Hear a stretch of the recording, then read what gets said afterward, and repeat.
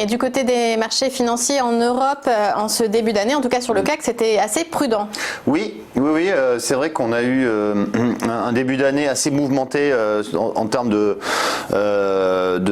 news macroéconomiques avec, vous l'avez tous vu, les tensions géopolitiques entre Washington et Téhéran, des tirs de missiles un peu de part et d'autre, mais finalement des marchés qui ont assez bien tenu, puisque le CAC 40 la semaine dernière n'a baissé que de 0,12%. On a eu un début de semaine assez compliqué et finalement en fin de semaine les marchés sont revenus pour quasiment à l'équilibre. Le marché allemand lui a terminé à +2, mais là on voit ce matin que le CAC quand même lâche quelques points. On est repassé sous les 6000 points, on est en baisse de quasiment 1% sur le CAC 40 et par conséquent c'est vrai que même le CAC 40, je rappelle, a progressé de 26% en 2019. C'est vrai qu'on pourrait avoir une prise de bénéfice en début d'année et surtout si les news ne s'améliorent pas au niveau de la géopolitique. On va également attendre les premiers résultats d'entreprises qui vont arriver la semaine prochaine. Là, aux États-Unis, on aura cet après-midi certaines banques. Les bancaires. Voilà, exactement. Et donc du coup, on va voir si la microéconomie peut un peu rattraper la macro, parce que c'est vrai qu'en termes de macroéconomie, c'est pas vraiment la joie actuellement et donc ça profite pas aux indices du coup. En termes de microéconomie, on va regarder Renault. Oui. Renault, moins 3% hier, largement chahuté, parce que le Financial Times a annoncé que même si la fusion ne se fera pas, ça pourrait même être l'heure du divorce entre les deux entités, Renault et Nissan. Oui, tout à fait. On a eu pas mal d'actualités sur Renault, notamment le Financial Times donc ce matin, et c'est vrai que ça a été démenti aussi de part et d'autre, mais bon, ça c'est un peu le jeu des directions de démentir un peu ce qui est dit dans la presse.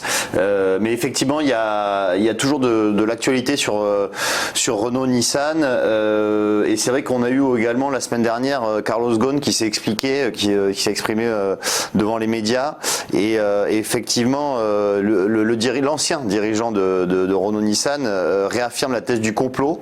Il a, selon lui, il n'a pas hésité à nommer son successeur actuellement chez la tête de Nissan, c'est Hiroto Saikawa. Il est plus à la tête de Nissan, il est parti lui aussi. Il est parti lui aussi également, et donc du coup il y a vraiment une cacophonie au sein de la direction. Ça fragilise les gouvernances. Exactement, et c'est vrai que quand on regarde le titre Renault, on voit que le titre Renault a quasiment perdu 50% depuis ses plus hauts.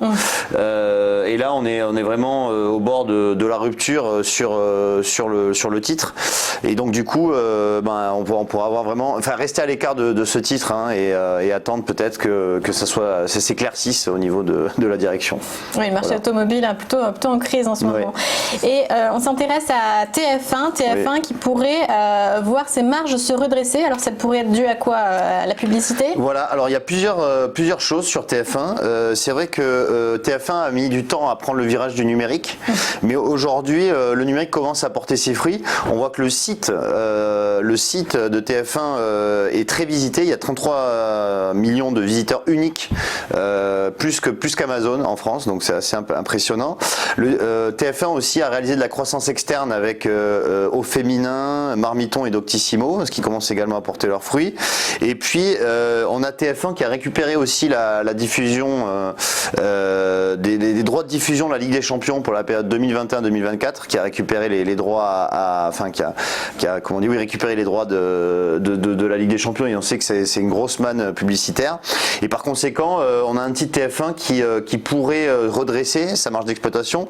C'est vrai que sur les 9 mois de l'année de 2019, on a un bénéfice d'exploitation qui a grimpé de 45%, ce qui est assez impressionnant, et donc peut-être que on va dire que TF1 a mangé son pain noir un petit peu.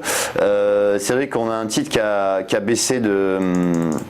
Quand on regarde l'historique, le titre est passé de 10 € en mai à 7,50 €.